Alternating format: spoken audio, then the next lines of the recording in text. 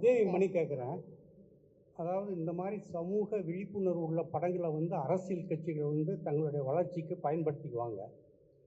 இந்த இந்தியன் 2 படத்தை உங்களுடைய அரசியல் அதாவது மன்னிக்கணும், உங்களுடைய அரசியல் பயணத்துக்கு பயன்படுத்திக்கலாம். நான் மட்டும் இல்லைங்க, நேர்மையான எந்த அரசியல்வாதியையும் பயன்படுத்திக்கலாம். அத்தனை நல்ல அரசியல் இந்த படம் பேசுகிறது. அதாவது பேன் இண்டியன் படமான்னு கேட்குறாங்க. கதாநாயகனே பேன் இண்டியன், அந்த கதையே பேன் இண்டியன். இந்தியா தான் இது. கதாநாயகி யாரும் இல்லையேன்னு கேட்டாங்க. பாரத மாதா தான் கதாநாயகி. அப்படி பார்த்துக்கலாமே. அது ஒரு தாய் மகனுக்கு உண்டான பாசக்கதையாக கூட இருக்கலாம். அது அவ்வளவு விஷயங்கள் இருக்கு. கண்டிப்பாக இது அரசியல் புரிதலும் உணர்வும் மக்களுக்கு வர வேண்டும் என்னும் ஒரு எண்ணத்தை மனதில் வைத்து எடுக்கப்பட்ட படம் தான். எனது கட்சிக்கு மட்டுமல்ல, அனைத்து கட்சிகளுக்கும் நல்ல யோசனை சொல்லக்கூடிய விஷயங்கள் இந்தியன் 2 இருக்கிறது.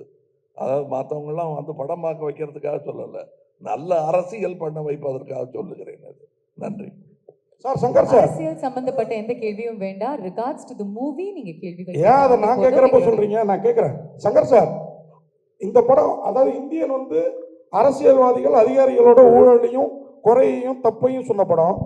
ஆனா இப்போ ஒரு அரசியல்வாதியே இந்தியன் 2ல நடிக்க வச்சிருக்கீங்க. அப்ப சார் அரசியல் இல்லை, எப்படி ஹேண்டில் பண்ண கஷ்டமா இல்லையா உங்களுக்கு சார்?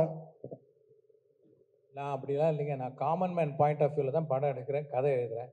அந்த பாயிண்ட் ஆஃப் வியூவில் தான் நான் எடுத்திருக்கிறேன். Okay, Thank you very much. Shalni here. Sir, இந்த கொஸ்டின் ரெண்டு பொதுவான கொஸ்டின். இந்தியன் 1 வரும்போது இந்தியா எப்படி இருந்துச்சு, இந்தியன் 2 இப்போ வரும்போது இந்தியா எப்படி இருக்குன்னு நினைக்கிறீங்க? ஈவன் சங்கர் சாரும் இதுக்கு பதில் சொல்லலாம், கமல் சாரும் இதுக்கு பதில் சொல்லலாம். எஸ்பெஷலி சங்கர் சாரோட ஆரம்ப கால படங்கள்ல இருந்து அவரோட படங்கள்ல இந்த கரப்ஷன் இது மேல ஒரு கோபம் இருக்கும். நீங்க இது பர்சனலா பாதிக்கப்பட்டிருக்கீங்களா?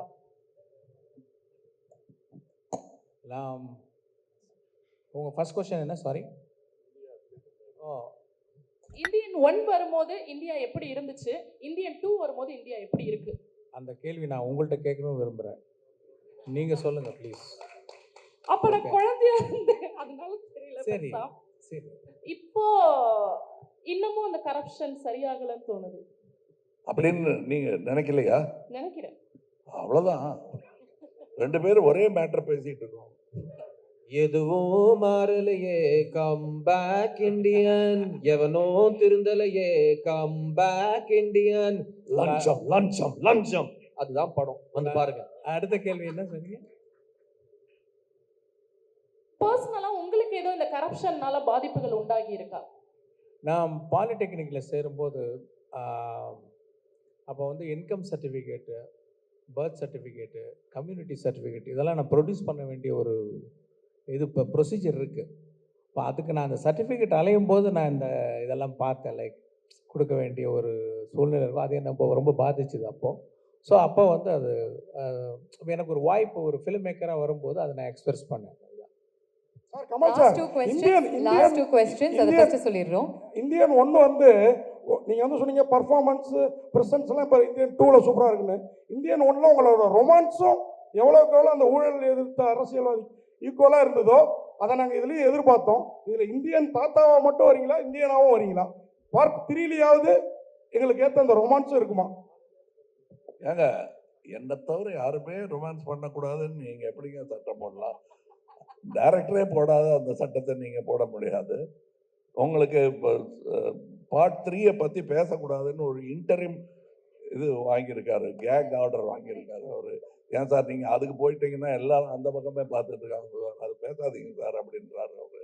அதனால் நான் அதை பற்றி பேசலை, அதை பற்றி பேசவும் வேணாம். உங்களுக்கு நீங்கள் பாருங்கள், உங்களுடைய குறைகள் எல்லாம் தீரும். உங்கள் கேள்விக்கான பதில் அதிலும் இருக்கிறது, இதிலும் இருக்குது.